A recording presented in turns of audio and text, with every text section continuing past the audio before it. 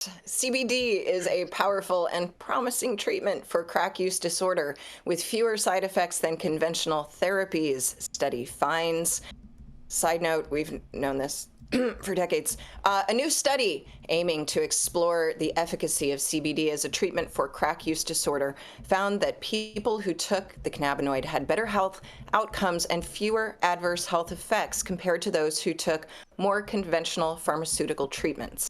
The main implications of this study point to CBD as a powerful and promising therapeutic tool for people with CUD, says the report published this month with the International Journal of Mental Health and Addiction. CBD seems to mitigate the primary symptoms reported by the participants, such as lack of appetite, difficulty in reducing crack use, and the feeling of poor health. In addition, CBD stands out primarily for presenting mild adverse effects, the main complaints associated with the use of usual psychotropic drugs. This study, a double-blind, randomized controlled trial, compared CBD to 3 drugs commonly used in crack use disorder treatment. And you'll have to correct me if I get this wrong, but fluoxetine, valproic acid, and clonazepam. CBD is a safe and tolerable product that presented significantly fewer adverse effects compared to the control group, the authors concluded. The CBD group performed better in more parameters than the control group, reducing crack use, not reducing food intake due to crack use, and greater improvements in self-rated health. Participants were adults 18 to 65 in Brazil who had used crack regularly for the past year, used at least 20 times within the past month, and had a desire or intention to treat their use disorders. While many participants were polydrug users, crack was their, quote, primary drug, according to both participants themselves and the study team. All told, 25 people completed the study, 15 in the CBD group and 10 in the control group, which was given the more conventional treatment. Most of the 90 people who initially met eligibility criteria did not return to complete the full protocol. Among those that did complete the full study, quote, no significant differences in the reduction of crack use, unquote, were seen between the control and CBD groups, indicating that the 2 treatments may be similarly effective. Likewise, no significant differences were observed between the 2 groups in terms of self-reported cravings for crack. The CBD side effects, however, were far gentler than conventional treatment. Just for you geeks out there who pay attention to what the FDA approves, it has to usually be at least as effective as drugs that are already approved without side effects. We've got a ringer here.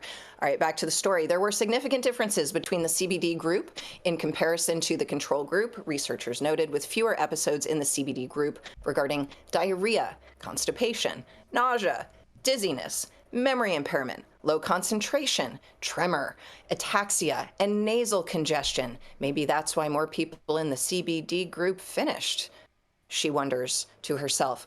Fewer adverse effects from CBD could mean participants are likely to remain in treatment, researchers noted. Side effects from the pharmaceutical treatments can be so uncomfortable, the team wrote, that they end up contributing to low adherence to treatment of people with CUD and health services, which would favor broad access to CBD. The 22 authors behind the study, the official institutions in Brazil, including various departments at the University of Brasilia, the Brazilian Federal District Secretary of Health and Forensic Institute, and the Federal University of Sao Paulo.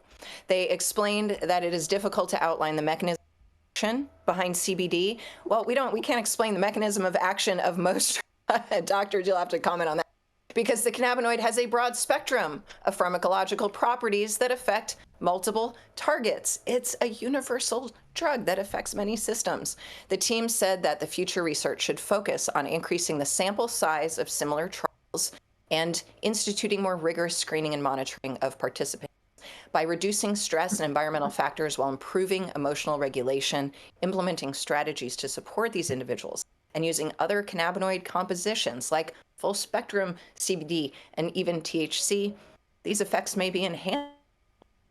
If so, this would be an important advance in the pharmacological treatment of stimulant use disorders. Now, I want to note past studies have looked at cannabinoids treatments stimulant use disorders. It's almost the weekend, I guess, with most focusing on cocaine or amphetamine use. The 2020 meta-study of 14 studies in animal subjects that were consuming cocaine, for example, found that CBD appears to have a multitude of effects that mitigate addictive behaviors. And while not all of the studies under review were consistent with one another, researchers emphasized the need for human trials. And the authors said that the human studies generally do indicate CBD can reduce self-administration of cocaine and many symptoms of addiction. Similarly, a 2019 study out of Spain also concluded CBD is a promising candidate for stimulant abuse disorders involving cocaine, amphetamine, and methamphetamine. That's right, methamphetamine. And so I just want to point out real quick, like these, we have known about this for many years, and I believe the strongest, most powerful, and effective consumer campaign in history was waged by the United States of America by saying that cannabis was a gateway drug. And in fact, it is the exit strategy. My mom was a neonatal intensive care unit nurse epidemic in the early 80s, and she did many of her years of continuing education on this issue, but she was literally treating the babies and coming home as a single child of a single mother. We talked a lot, and I cannot even fathom with the deleterious effects. How many lives, like moms, babies, who would have had different outcomes if we had not entered this failure of prohibition, Joe Biden, making drugs stronger and smaller, criminalizing mostly poor people, mostly people of color. I also just want to point out that the babies of the mothers who were addicted to crack in the early 80s, who did receive simple care, love, and nourishment that they needed, grew up to be normal adults. They are not behind other folks. They overcame. And yet we imprisoned their mothers for decades. We separated them. It is how many children we put into the system, foster system, which is one of the most harmful things we can do to a child that has awful outcomes. It is not the gateway drug. It is the exit strategy, and I'd love to hear from my fellow folks. I am Dale Sky Jones, coming straight at you out of Oaksterdam for High at 9 News. Dale, thank you for covering this one. I got some questions though. Like, how do you start getting these? Try to be sensitive. I don't call them crackheads, but like crackheads. People addicted to people addicted to crack. Like, how do you get them to start taking CBD? You tell them it's crack. Just give them some CBD isolate and tell them it's crack, bro. Just fucking drop it in the pipe for them. Oh my God. That's how you do it. Drop that in your crack pipe and smoke it. Yeah. Okay. Oh, bro. I'm right. After this, you're gonna start catching all the people that make crack rocks, and they're gonna start cutting their stuff with CBD, and then they're gonna have the best stuff all of a sudden, and they're gonna like rejuvenate all their crackheads. Well, you know what? You bring up an important point, Rico, because most of the people who they started out with 90 people, right? And only 25 of them finished the study. So it was difficult to get crack users to use CBD. I mean, all the crack users I've known, they only want hard drugs. Like, you even try to offer them weed, they're like, no, I don't want that stuff. This stuff, da da da da. Like, they just want to smoke crack. But if they can't get the crack, CBD helps with the craving, and that might be a reason for using it. You're going straight to the folks that are on Skid Row, and I think that there's a lot of folks also in between. And so the people that are truly without a home, that are, you know, seemingly beyond savior, they're going to need a host of support services that help them wean, not just off the addiction, but behaviorally and emotionally. Like they're probably veterans in a lot of cases. There's a whole other patient. Often psych patients, thank you, Ronald Reagan, for just deconstructing our mental health services all those years ago. There's a whole nother host of folks that are in that extraordinary scenario.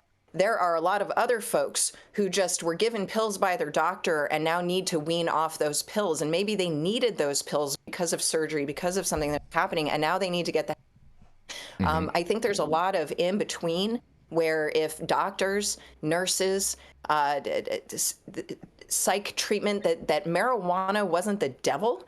You know, it's fine to go drink coffee and smoke cigarettes. In every AA and NA meeting I have witnessed or been a part of as a support person, and yet we're frowning upon cannabis, which actually is proven to be an exit strategy. So I think we just really need to integrate further into a lot more levels of the conversation before they get to Skid Row. Mm-hmm. I mean, I find it interesting how that got framed, because now all I'm envisioning that the CBD is going to be good for, and as part of the exit strategy, is for all the Chads that smoke crack, Dale. All they'll be good for. Just saying. I also want to point out that, again, pointing my finger to the cannabis industry today, that the dosage in this study was 600 milligrams of CBD. Take note, because you guys are not selling 600 milligram tablets or capsules of CBD at the dispensaries or anywhere. So if you want to help people who are on crack, stock the right products and find a way to have 600 milligrams per dose rather than 600 milligrams per package. Alcohol, crack, cocaine, methamphetamines, opiates, fentanyl, tobacco. Hi, me. Mm-hmm. I stopped cigarettes using cannabis. It's all of these things that we commonly consume that we are showing that you can wean yourself off of utilizing cannabinoids. I just can picture all of the crack dealers hopping onto Telegram accounts to purchase CBD isolate now. And hallelujah, if we can get tobacco growers to start growing hemp, shit, it's a win. Hell yeah. I got that C Web, baby. I got that C Web, purple tops. Yeah, 2.5, baby. This was fun. Thank you so much for covering this, Dale. We're gonna roll to a commercial. We're gonna be right back.